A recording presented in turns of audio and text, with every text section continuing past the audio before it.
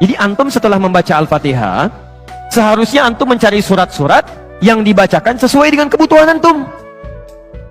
Cari ayat-ayat yang sesuai dengan kebutuhan kita. Karena dari Al-Fatihah sampai dengan An-Nas itu semua berisi kebutuhan kita. Saya baca cepat ya, tapi nggak usah ditulis. Saya ulangi, tidak usah ditulis ya. Saya bacakan saja. Misal, sebelum lahir, tadi kan ikhtiarnya Quran surah kedua ayat Quran surah ketiga ayat 38 sampai 39. Keadaannya Quran surah 19 ayat kedua sampai dengan ayat ke-11-nya. Begitu dia mulai mengandung, bagaimana kandungannya supaya baik, Quran surah ke-7 ayat ke-189.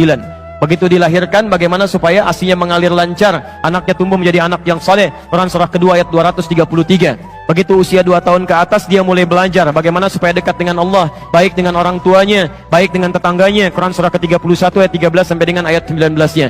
Kemudian dia mulai belajar supaya cepat menangkap pelajarannya, Quran surah 9 ayat 122. Supaya meningkat prestasinya, Quran surah 58 ayat yang ke-11. Kemudian dia mulai meningkat lagi pendidikannya, mulai mendapatkan teman-teman bergaul, bagaimana supaya tidak bisa merubah keadaannya, supaya lebih dekat dengan Allah, tidak terjebak dalam pergaulan bebas, Quran surah ke-49 ayat ke-13-nya. Ada yang serius datang mau melamar, bagaimana menyikapinya, Quran surah ke-4 ayat yang ke-4. Terjadi pernikahan, Quran surah 30 ayat ke-21. Setelah menikah, bagaimana membagi tugasnya supaya tidak gelisah dalam pembagian tugas, tidak saling menyingkirkan satu dengan yang lainnya, Quran surah ke-4 ayat 34. Setelah dia menikah, suami mulai mencari nafkah. Bagaimana cara bekerjanya? Yang standar ada di Quran surah kedua ayat 168. Kalau mendapatkan ingin yang lebih mudah lagi, Quran surah kedua ayat 172. Kalau belum berangkat, rizkinya sudah menunggu dia, Quran surah 7 ayat ke-96-nya. Kemudian dalam bekerja ini tidak mudah. Istri harus merawat anaknya, merawat rumah tangga. Kadang-kadang anaknya sulit diatur, mengatakan pada perintah ibunya, mengatasinya Quran surah ke-17 ayat ke-23.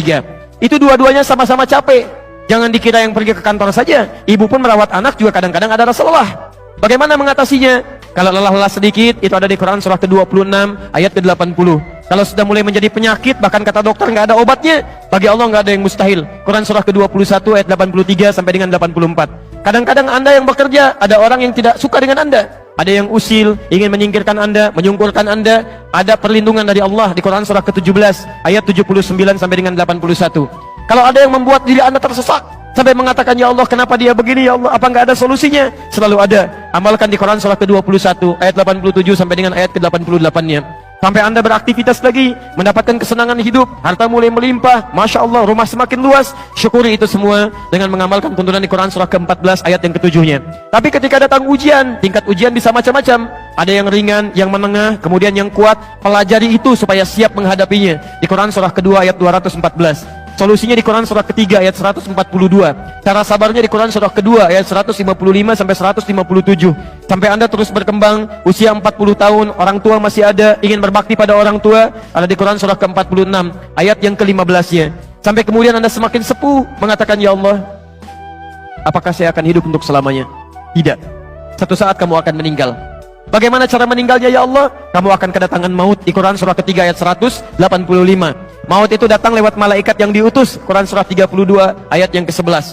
Bagaimana cara diambilnya, ya Allah? Kalau kamu ingin tenang diambilnya, kerjakan amal soleh, maka kamu akan dipanggil dengan kalimat yang menenangkan. Ya ayyatuhan nafsul mutmainnah, Quran surah 89 ayat 27 sampai dengan ayat 30. Tapi kalau kamu banyak amal salah, tidak ada amal soleh, maka panggilannya akan sedikit menegangkan. Quran surah ke-8 ayat ke-50 sambil dipukulin malaikat. Ya Allah, saya telah mengalami malam pertama di alam dunia. Bagaimana malam pertama di alam kubur? Apakah menyenangkan atau ada persoalan? Kalau ingin senang, Quran surah ke-3 ayat 169 sampai 172. Kalau kamu ingin sedikit menegangkan sambil ditampakkan neraka jahanam dari mulai pagi sampai dengan sore, boleh. Ada di Quran surah ke-40 ayat 46 sampai dengan 47-nya. Ya Allah, bagaimana suasana hisab? Apakah menyenangkan atau tidak? Kalau kamu ingin masuk surga tanpa hisab, langsung masuk mendapatkan berita gembira surga, ada amalannya di Quran surah kedua ayat 25. Tapi kalau kamu misalnya banyak amal salahnya, mengabaikan perintah Allah, bahkan kamu bisa masuk neraka tanpa hisab. Ada di Quran surah ke-18 ayat 100 sampai dengan 101-nya. Ya Allah, bagaimana suasana surga nanti, ya Allah? Ayo kerjakan amal soleh. Ada surga bersama Rasulullah tingkat yang paling tinggi. Amalan di Quran surah ketiga ayat 31, Quran surah 59 ayat yang ke-7, Quran surah 33 ayat 21. Ada surga yang di taman surga yang memberikan langsung Allah, bisa melihat Allah tanpa hijab. Quran surah 75 ayat 22 sampai dengan ayat 23. Ada amalannya di Quran surah ke-51 ayat 15 sampai dengan ayat 23. Ada surga seluas langit dan bumi. Kemanapun kamu beraktivitas tidak akan pernah menemukan ujungnya. Quran surah ketiga ayat 133 sampai dengan 134.